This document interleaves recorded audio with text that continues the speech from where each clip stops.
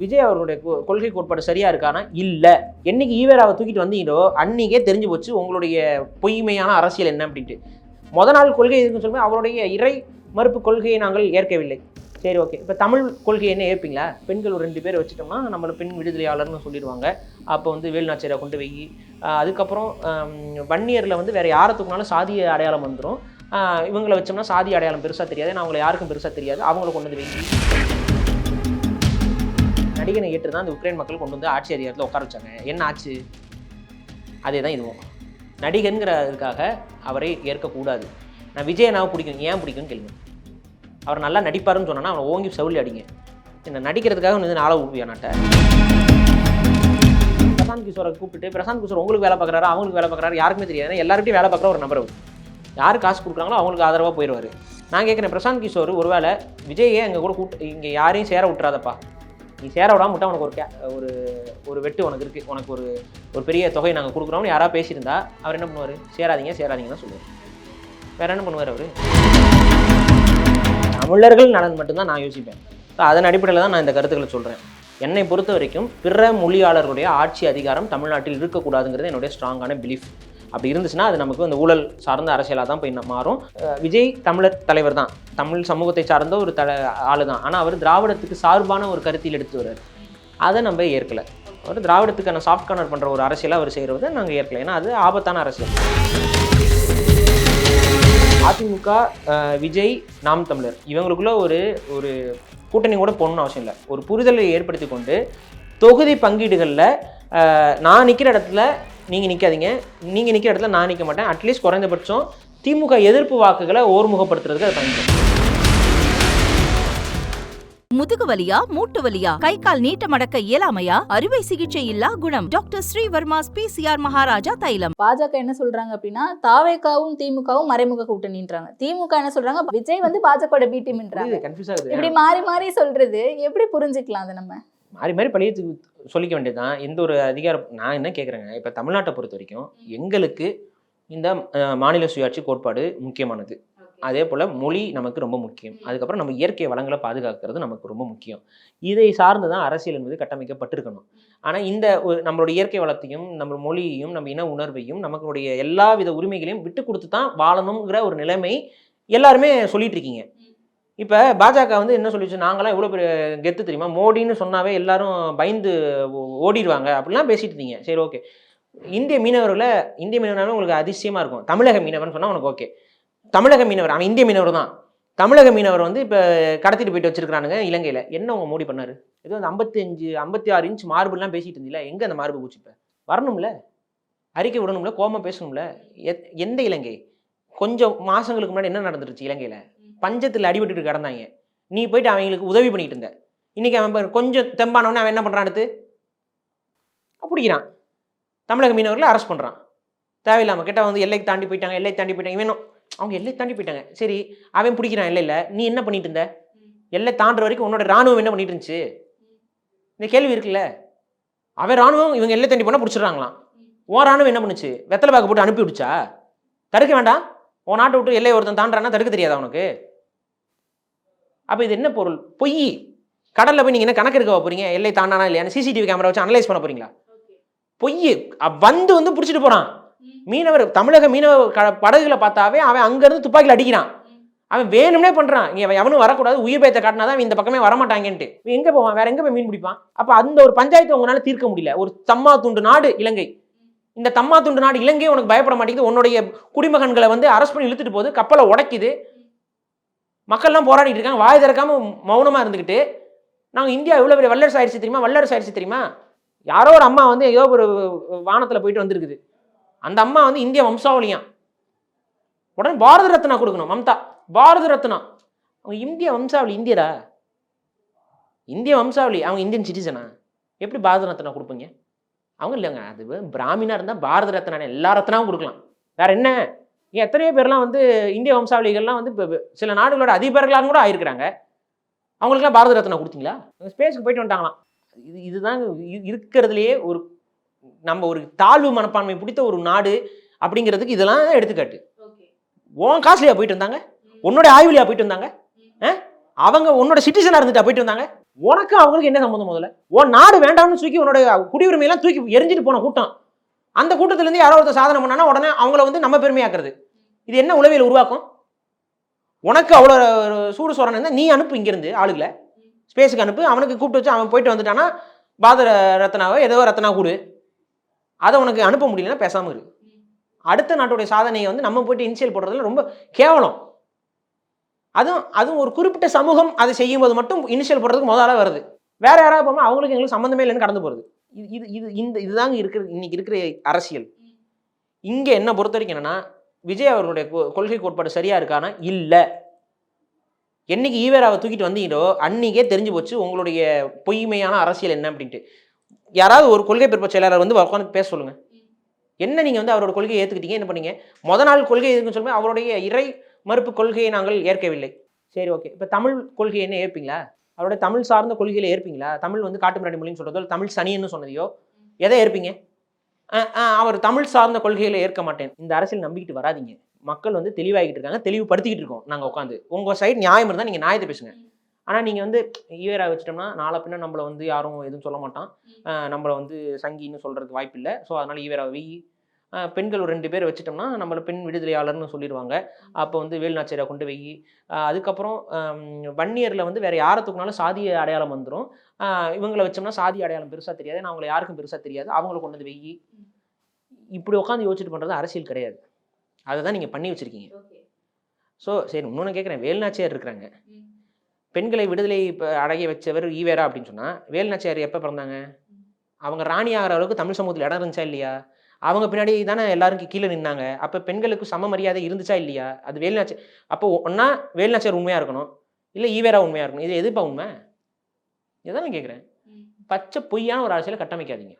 அதுவும் கஷ்டப்பட்டு இவ்வளோ புரிதலை மக்கள் மத்தியில் ஏற்படுத்தி வரும் பொழுது நீங்கள் அதை செய்கிறது ஏற்புடையதாக இல்லை. அதனால தான் கடுமையாக விமர்சிக்கிறமே விஜய. ஓகே.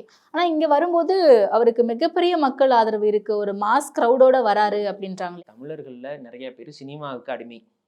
அந்த அடிப்படையில் விஜய்க்கு அடிமையாக இருக்கக்கூடிய ரசிகர் கூட்டம் இருக்கிறது, அதில் மாற்றுக்கிறது இல்லை. ஆனால் அது ஆரோக்கியமானதானா? இல்லை. ஓகே, அதோட சேஞ்ச் கொண்டு வருமா? விஜய் நல்லவராக இருந்தால் வாய்ப்பு. ஓகே, விஜய் நல்லவர் இல்லைன்னு தானே இப்போ கதறிக்கிட்டு இருக்கேன். நல்லவரா இருக்க வாய்ப்பு. ஒரு தேர்தல் கூட சந்திக்கல, ஒரு பிரச்சாரத்துக்கு கூட போல, ஒரு பிரஸ் மீட் கூட சந்திக்கல, இன்னும் களத்துக்கு இறங்கல. அதுக்கு முன்னாடியே நம்ம டிக்ளேர் பண்ற மாதிரி இருக்குல்ல, நல்லவர் கிடையாது அப்படி. கொஞ்ச நேரத்துக்கு முன்னாடி ஜெலன்ஸ்கி டவுட் இருக்கு அப்படிங்கிறது வேற. ஜெலன்ஸ்கியை பத்தி பேசிட்டு இருந்தோம். அவர் ஒரு நடிகன் தான். அந்த நடிகனை ஏற்று தான் அந்த உக்ரைன் மக்கள் கொண்டு வந்து ஆட்சி அதிகாரத்தில் உட்கார வச்சாங்க. என்ன ஆச்சு? அதே தான் இதுவும். நடிகன்கிறதுக்காக அவரை ஏற்கக்கூடாது. நான் விஜய் நான் பிடிக்கும், ஏன் பிடிக்கும்னு கேளுங்க. அவர் நல்லா நடிப்பாருன்னு சொன்னா அவனை ஓங்கி செவிலி அடிங்க. என்ன நடிக்கிறதுக்காக வந்து நாளை விடுவியா நாட்டை? அப்போ தப்பு. இது ஏன் பிடிக்கும்? அவர் என்ன கொள்கையை கொண்டு வந்துருச்சிருக்காரு, என்ன பேசுறாரு, அதன் மூலமா அவனுக்கு பிடிக்கும். நீ வாக்கு போடுறேன்னா போட்டுப்போ. நீயே உடனேயே சுய பரிசோதனை செஞ்சுக்கோ. விஜய் எனக்கு நல்லா நடிப்பாப்புல, எனக்கு அவர் பிடிக்கும், அதுக்காக நான் வாக்கு போட போறேன்னா நீ முட்டாள். அந்த முட்டாளான்னு இருக்கிறது இருக்க வேணாங்கிறது உன் கையில தான் இருக்க முடியும். அதை தான் நான் இங்கே பதிவு பண்றேன். கதறுவாங்க, கதறுவாங்க, கதறிட்டு போங்க. ஏன்னா நாளைக்கு அதிகாரத்துக்கு வந்ததுக்கு பின்னாடி நீ தான் பாதிப்புக்குள்ளாவ, நான் பாதிப்புக்குள்ளாக மாட்டேன். நீ பாதிப்புக்குள்ளாவ. நம்பி வாக்கு போட்டு ஆட்சி அதிகாரத்தை உட்கார வைப்ப. அங்கே ஊழல் நடந்தாலோ இல்லை அங்கே பிரச்சனைகள் நடந்தாலோ இங்கே தப்பான ஒரு அரசாங்கமாக நடந்தாலோ நீங்களாம் நீங்கள் திமுக எல்லாரும் ஆட்சி அதிகாரத்தில் உட்கார. திமுக எதிர்த்து நான் எவ்வளோ கற்றுக்கிட்டு இருந்தேன்னு எல்லாருக்குமே தெரியும். இன்னைக்கு திமுக அன்னைக்கு வந்து திமுக சப்போர்ட் பண்ணி திமுக இல்லைன்னா பிஜேபி வந்துடும் பேசினோம்னா இன்னைக்கு குட்டிக்க நடிச்சிட்டான். குட்டிக்க நடிச்சு திமுக ரொம்ப ஆபத்துங்க. அதைத்தானே நான் முன்னாடியே சொல்லிட்டு இருந்தேன். திமுக பிஜேபி ரெண்டுமே நமக்கு ஆபத்துன்னு தானே சொல்லிட்டு இருந்தேன் ஆரம்பத்துல இருந்து. என் ஸ்டாண்ட்ல இருந்து என்ன மாறி இருக்கேன் நான்? அது புரிய வேண்டாம். திமுக எல்லாம் கொலை, ரோட்ல கொலை பண்றான். எங்க ஏதாவது இருக்குதா? நம்ப முடியாது. இல்ல, அததான் கேட்க வந்தேன். இன்னைக்கு சட்டம் ஒழுங்கு இவ்வளவு கேள்விக்குறியா இருக்கு அப்படின்ட்டு எதிர்கட்சியினர் சட்டமன்றத்துல பேசுறாங்க. ஆனா எதிர்கட்சி அந்த அளவுக்கு ஸ்ட்ராங்கா அதை பேசுறாங்களா, இல்ல அவங்க ஒற்றுமையா ஸ்ட்ராங்கா இருந்து திமுகவை எதிர்த்து ஆட்சி அமைக்கிற அளவுக்கு அவங்களுக்கு வலிமை இருக்கா அப்படின்னு கேட்க. அதிமுக இப்போதைக்கு அந்த வலிமை இல்ல. அதிமுக ஒரு பெரிய கூட்டணியை உருவாக்கினால் ஒழிய அந்த வலிமை ஏற்படாது. அதனாலதான் நானே என்ன சொல்றேன்னா, அதிமுக மற்றும் விஜய் கூட்டணி ஏற்பட்டால் திமுகவை ஒழிக்க அது பயன்படும். அதான் சொல்றேன். திமுக என்னை பொறுத்த வரைக்கும் இப்போதைக்கு அதிகாரத்துல திமுகவும் பாஜகவும் இருக்கக்கூடாது. அதாவது திமுக, பாஜக, காங்கிரஸ் இந்த 3 இருக்கக்கூடாதுங்கிறதான் ஒரு ஸ்டாண்டை நான் திரும்ப திரும்ப சொல்றேன். இது 3 இருக்கக்கூடாது. அதிமுக அதுக்காக ரொம்ப உத்தம கட்சியானா இல்லை? சத்தியமா கிடையாது, உத்தம கட்சியே கிடையாது. ஆனா இந்த எப்படி சொல்றது, இவனுக்கு அவன் பரவாயில்லைங்கிற ஒரு கான்செப்ட் இருக்குல்ல, அதுலதான் அதிமுக பரவாயில்ல. திமுகவுக்கு அதிமுக பரவாயில்ல. திமுகவுடைய செயல் திட்டங்கள், திமுகவுடைய நடவடிக்கைகள், திமுகவை பயன்படுத்தி கொண்டு இங்கே தமிழ்நாட்டில் நடக்கக்கூடிய சட்ட ஒழுங்கு பிரச்சனைகள்லாம் வைத்து பார்க்கும் பொழுது திமுக ரொம்ப அபாயகரமான கட்சியாக வளர்ந்து வருகிறது. அவங்களை எதிர்த்து கேள்வி கேட்டால் அத்தனை பேர் தூக்கி உள்ள தூக்கி போடுறீங்க. யூடியூபர்ஸ் பேசுனவங்கலாம் தூக்கி உள்ள தூக்கி போடுறீங்க. தனிப்பட்ட காழ்ப்புணர்ச்சியை கொண்டு எவன் மேலே என்ன கேஸ் போடலாம், என்ன கைது பண்ணலாம், எவன் எத்தனை நாளைக்கு உள்ளே உட்கார வைக்கலாம், இதெல்லாம் நடந்துகிட்டே இருக்குது திரும்ப திரும்ப திரும்ப திரும்ப. இன்னொன்று நான் பதிவு பண்ண விரும்புகிறேன். அதிமுகவோட ஆட்சியில் தான் நான் 3 மாதம் ஜெயிலில் இருந்தேன். புரியுதுங்களா? அதுக்காக நம்ம அதிமுக அட்வொகேட் பண்ணுறேன்னு நினைக்க வேணாம். திமுகவை இப்போ அழிக்க வேண்டும் என்றால் திமுகவை இனி அதிகாரத்துக்கு வரவிடக்கூடாதுன்னா அதான் தமிழ்நாட்டுக்கு நல்லது. அதே போல் பாஜகவும் வந்துடக்கூடாது. இது ரெண்டும் இல்லாமல் இருக்கக்கூடிய ஒரு கூட்டணி உருவாச்சுன்னா அதை நம்ம வரவேற்கணும். ஓகே, அப்ப விஜய் மேல நம்பிக்கை இல்லைன்னு சொல்றீங்க. ஆனா விஜயும் அதிமுகவும் கூட்டணி வச்சா ஒரு ஃபோர்ஸா திமுகவையும் பாஜகவும் எதிர்ப்பதற்கு யாரும் வரலாம். இது ரெண்டும் ஏன்னா உங்களுக்கு தெரியும் பிஜேபி கூட சேர்ந்தா நாம முன்னாடியே சொல்லிட்டு. ஆனா sir at the same time நம்ம வந்து விஜயை வந்து பாஜகவோட பி டீம் அப்படின்ற ஒரு ஸ்டாம்ப் போடுறாங்கல்ல, அது ட்ரூ தானா? அது அக்செப்ட் பண்றீங்களா நீங்க? இப்போ அவர் யாரோட பி டீம் யாரோட சி டீம் இதெல்லாம் நமக்கு தெரியாது. நம்ம யூகத்தில் ஆளாளுக்கு ஒன்று சொல்லலாம், அவங்களோட ஸ்டாண்டை வச்சுட்டு நான் சொல்லலாம். நான் கேட்குறதுன்னா விஜய் தனிச்சு நிற்கிறார், யாருக்கு பெனிஃபிட்டு? திமுகவுக்கு பெனிஃபிட்டு. விஜய் பிஜேபியோட கூட்டணிக்கு போனால் பிஜேபிக்கு பெனிஃபிட்டு. இவ்வளோதான விஷயம். இப்போ இதில் எந்த ஸ்டாண்ட் எடுக்க போகிறார் விஜய்? தனியாக நின்னா திமுகவுக்கு பெனிஃபிட்டு, திமுகவோட பி டீம்னு ஆயிடுவீங்க. ஏன்னா நீங்கள் ஜெயிக்க மாட்டீங்க, திமுக தான் ஜெயிக்கும். இப்போ நீங்கள் வந்து ஒரு குறிப்பிட்ட பர்சன்டேஜ் வாக்குகளை உடைக்கலாம், ஜெயிக்க முடியாது. உங்களால் மாசா ஜெயிக்க முடியாது. அதுக்கான சுச்சுவேஷன்லாம் இல்லை இப்போ இன்னைக்கு. அது ஒரு காலத்தில் எம்ஜிஆர் காலகட்டத்தில் அந்த மாதிரியான ஒரு சுச்சுவேஷன் இருந்தது. ஏன்னா அன்றைக்கி கம்யூனிகேஷன் இந்த அளவுக்கு கிடையாது. அடிக்கடிலாம் பத்திரிகை படிக்கிற ஆட்கள்லாம் ரொம்ப கம்மி. இன்றைக்கி பத்திரிகை இன்றைக்கும் கம்மி தான். ஆனால் இன்றைக்கி சோஷியல் மீடியாங்கிறதுல எல்லாருமே கனெக்டடாக இருக்கிறோம். டிவி டெலிவிஷன் எல்லாமே எல்லாரும் ஃபுல்லாக எஸ்டாப்ளிஷ்டாக இருக்குது நெட்வொர்க்கிங். அதனால் ஒரு சின்ன மிஸ்டேக் நீங்கள் பண்ணிங்கனாலும் அது எல்லாமே பரவும். அன்றைக்கி எம்ஜிஆர் ஒரு மிஸ்டேக் பண்ணார்னா அது பரவாது. அவரோட ரசிகர்கள் அதை மூடி மறைச்சிருவாங்க. அது அந்த ஒரு விசிபிலிட்டி இருக்காது. ஸோ அதனால் அன்றைக்கி இருந்த தலைவர்கள் ரொம்ப ஸ்ட்ராங்காக இருந்தாங்க. அன்றைக்கி எந்த தலைவராக இருந்தாலும் அவங்க ரொம்ப ஸ்ட்ராங்காக இருந்தாங்க. ஆனால் இன்றைக்கி எந்த தலைவராலுமே ஸ்ட்ராங்காக இருக்க முடியாது. ஒரு தின் ஐஸில் நடக்கிற கதை தான் இது. என்றைக்கு வேணாலும் பொத்துக்கிட்டு உள்ள விழுவேன், அந்த மாதிரி தான் இருக்குது. ஸோ இந்த சுச்சுவேஷனில் நீங்கள் வந்து அந்த எடுக்கக்கூடிய முடிவுகள் வந்து ரொம்ப ஸ்ட்ராங்காக எடுக்கணும்.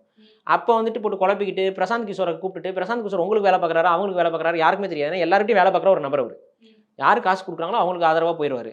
நான் கேட்குறேன், பிரசாந்த் கிஷோர் ஒருவேளை விஜயே எங்கள் கூட இங்கே யாரையும் சேர விட்டுறாதப்பா, நீ சேர விடாம விட்டா உனக்கு ஒரு வெட்டு உனக்கு இருக்குது, உனக்கு ஒரு பெரிய தொகை நாங்கள் கொடுக்குறோம்னு யாராவது பேசியிருந்தா அவர் என்ன பண்ணுவார்? சேராதீங்க தான் சொல்லுவார். வேற என்ன பண்ணுவார்? அவர் வாட்டு காசு வாங்கிட்டு போயிடுவார். ஆனால் சேராமல் இருக்கிறதுனால யாருக்கு இங்கே பிரச்சனை? மக்களுக்கு பிரச்சனை. ஃபர்ஸ்ட் டைம் கட்சி ஆரம்பிச்சு எலெக்ஷனை சந்திக்க போறாங்க, விஜய் அவர்களை தான் முதல்வர் முகமா உட்கார வைக்க போறாங்க அப்படின்ற பட்சத்துல எங்களுடைய தலைவரை தான் நாங்க முதல்வராக உட்கார வைக்க போறோம், அதுக்கு நாங்க தனிச்சே தான் நிக்க முடியும் அப்படின்ற ஒரு விஷயம் எல்லாருக்கும் இருக்கும். அப்படி இருந்தாங்கன்னா அவங்க ஜெயிக்க மாட்டாங்க, தோப்பாங்க. ஒரு 10% வரைக்கும் அவங்களால வாக்குகளை மேபி பிரிக்க முடியும். திமுக அதிகமாக ஜெயிக்கும். ஓகே, ஏன்னா தாவேக அதிமுக கூட்டணி பற்றி தான் எல்லாரும் பேசுறாங்களே தவிர நாம் தமிழர் கட்சி அதிமுக கூட்டணிக்கு பாசிபிலிட்டிஸ் இருக்கா அப்படின்றது இப்போ தான் சீமான் அவர்கள் ஒரு மேடை பேச்சில் சொல்கிறாப்புல வந்து போன முறை தேர்தலில் அதிமுக தோற்றதுக்கு காரணமே நாங்கள் தான், சாணக்கிய ஆண்டு நிகழ்வில் நினைக்கிறேன். ஆமாம், ஏதோ ஒரு நிகழ்வு பேசியிருக்காப்புல, அது இது மட்டும் பார்த்தேன், அதில் பேசியிருக்காரு. ஸோ அவருக்கே தெரியுது அது நம்ம யாரை தோக்கடிக்கிறோம், யாரை ஜெயிக்க வைக்கிறோங்கிறது அவருக்கே தெரியுது. திரும்ப திமுகவை ஜெயிக்க வைக்காமல் இருந்தாலும் போதும். ஓகே, அதான் நான் சொல்கிறேன். ஓகே ஓகே, அப்ப விஜய் எந்த வழியில தனியா நிக்கிறதா இருந்தாலுமே என்ன பிரச்சனைனா, சீமான் அவர்கள் விஜயோட பெரிய மோதலை உருவாக்கிட்டாரு. 2 கட்சிக்கு நடுவில் பெரிய மோதல் இருக்கு. இப்போ இந்த மோதல் வந்து உருவாக்கப்பட்டது விஜய் அவர்களுடைய அந்த கொள்கையில வந்து திராவிடத்தை குத்துக்கிட்டு வர்றது, அது அந்த பிரச்சனைகள் வந்து உங்களுக்கு தெரியும், நம்ம பார்த்துருப்போம். இப்போ என்ன சிக்கல்னா, இந்த மோதல் திரும்ப இவங்களுக்குள்ள ஒரு கூட்டணி வாய்ப்பு இருக்குமா, அது டவுட்ஃபுல்லாக போயிடுச்சு. ஸோ இவங்க 2 பேரும் சேர்றதுக்கும் வாய்ப்பு இன்னைக்கு ரொம்ப கம்மி. இப்போ விஜய் அதிமுகவோட சேர்ந்தா சீமானால போய் சேர முடியுமா அந்த கூட்டணியில்? அப்படியே சேர்ந்தாலும் யாருக்கு துணை முதல்வர் சீட்டு, யாருக்கு முதல்வர் பதவி, இந்த மாதிரியான ஒரு பிக்கல் இருக்குது. 2 பேர் வரைக்கும் அது ஓகே. எடப்பாடி வந்து நான் ஆல்ரெடி சிஎம்மாக இருந்தனால அவர் சிஎம்மாக இருப்பேன். யார் 2வது வராங்களோ அவங்கள வந்து துணை முதல்வர் பாரு. அது விஜயா இருந்தாலும் சரி, சீமானா இருந்தாலும் சரி, அவங்க சைடு ப்ரொபோசல் இதுவாக தான் இருக்க போகுது. ஆனால் இப்போ விஜய், சீமான் அண்ட் ஏடிஎம்கேன்னு போகும்போது அந்த அலையன்ஸ் ரொம்ப ஸ்ட்ராங் ஆகும். ஆனால் அப்படி ஒரு அலையன்ஸ் ஃபார்ம் ஆச்சு அப்படின்னா வெற்றி உறுதி. இந்த அலையன்ஸ்க்கு வெற்றி உறுதி. ஆனால் யார் பதவி, இதில் பிரச்சனை ஆயிடும். ஸோ இதுதான் இங்கே இருக்க பிரச்சனை. இல்லை, நான் நேற்றைக்கு நம்ம ரவீந்திரன் துரைசாமி அவர்களை இன்டர்வியூ பண்ணியிருந்தோம். அவர் அதுதான் சொன்னார், ஆதவ அர்ஜுனா டீம் வந்து சீமான் அவர்களை மீட் பண்ணுறதுக்காக அப்பாயின்மெண்ட் கேட்டிருக்காங்க. ஆனால் அவங்க தரப்புல இருந்து, சீமான் தரப்புல இருந்து அதை ஏற்கலை. ஏன்னா ஏற்கனவே விஜய்க்கு சப்போர்ட் பண்ணி விஜய் அரவணைக்கிற மாதிரி இருந்த சீமான் அவர்கள் இன்னைக்கு கடும் எதிர்ப்பில் இருக்காரு அப்படின்ற ஒரு விஷயத்த சொன்னார். அது உண்மைதானா? அது அவர்களுக்கு தான் தெரியும். அவங்க தானே இப்போ அவங்க ரஜினியை சந்திக்கிறது இல்லை வந்து இதை சந்திக்க அதை சந்திக்கலாம், அந்த ஸ்ட்ராட்டஜிலாம் அவருக்கு தான் தெரியும், நமக்கு அதெல்லாம் தெரியும். ஆனா அவர் மேலேயும் இப்ப RSS முத்திரை குத்துறாங்களே இப்ப. அதெல்லாம் நமக்கு தெரியாது. அது அவர் பேசுறத வச்சு நீங்க புரிஞ்சுக்க வேண்டியதான். ம். நான் சரி, நீங்களும் தமிழ் தேசியவாதி தானே சார். அப்ப நான் உங்களுக்கு தமிழ் ஒரு நான் தமிழ் அனாலிசிஸ் இருக்கும்ல தேசியவாதிங்க. சார். நான் என்னுடைய முடிவுகள் எவ்வளவு கடுமையான முடிவுகளாக இருந்தாலும் அது தமிழர் நலன் சார்ந்த முடிவுகளாக மட்டும்தான் இருக்கும். அது குறிப்பா தமிழர் நலம் சார்ந்த முடிவுகளாக மட்டும்தான் இருக்கும். நான் வந்து தமிழ்நாட்டில் வாழ்பவர்களை பற்றிலாம் கூட யோசிக்க மாட்டேன். தமிழர்கள் நலன் மட்டும்தான் நான் யோசிப்பேன். ஸோ அதன் அடிப்படையில் தான் நான் இந்த கருத்துக்களை சொல்றேன். என்னை பொறுத்த வரைக்கும் பிற மொழியாளர்களுடைய ஆட்சி அதிகாரம் தமிழ்நாட்டில் இருக்கக்கூடாதுங்கிறது என்னுடைய ஸ்ட்ராங்கான பிலீஃப். அப்படி இருந்துச்சுன்னா அது நமக்கு அந்த ஊழல் சார்ந்த அரசியலாக தான் போய் மாறும். ஒரு நல்ல தமிழ்நாட்டை ஆட்சி செய்வது தான் சிறப்பாக இருக்கும். ஸோ அந்த அடிப்படையில் நான் திமுகவை முழுமையாக எதிர்ப்பேன். திமுக ஊழல் கட்சி, அது மட்டும் இல்லாமல் தமிழர் அல்லாதவர்களுடைய தலைமை கொண்ட கட்சி, பிறமொழியாளருடைய ஆதிக்கம் கொண்ட கட்சியாக தான் திமுக கட்டமைக்கப்பட்டு இருக்கிறது. அது மாறிக்க போகிறது இல்லை. அது அவங்களுக்கு தான் அது அந்த கிரவுண்டில் தான் நிற்க போகிறாங்க. விஜயோட கட்சி இப்போ தான் வருது. அதில் யாரெல்லாம் இருக்க போகிறாங்களோ நமக்கு ஒன்றும் தெரியல. விஜய் தமிழர் தலைவர் தான், தமிழ் சமூகத்தை சார்ந்த ஒரு ஆளு தான். ஆனால் அவர் திராவிடத்துக்கு சார்பான ஒரு கருத்தில் எடுத்துட்டு வர்றாரு. அதை நம்ம ஏற்கலை. அவர் திராவிடத்துக்கான சாஃப்ட் கார்னர் பண்ணுற ஒரு அரசியலாக அவர் செய்கிறத நாங்கள் ஏற்கலை. ஏன்னா அது ஆபத்தான அரசியல், தமிழ் இனத்திற்கு எதிரான அரசியலாக நாங்கள் பார்க்குறோம். உங்களுக்கு தெரியும், இந்துத்துவ அரசியல் உங்களுக்கே தெரியும், அது குப்பை அரசியல். அதுக்கப்புறம் இருக்கக்கூடிய உதிரி கட்சிகள், இதெல்லாம் அப்புறம் சாதிய கட்சிகள்லாம் இருக்குது.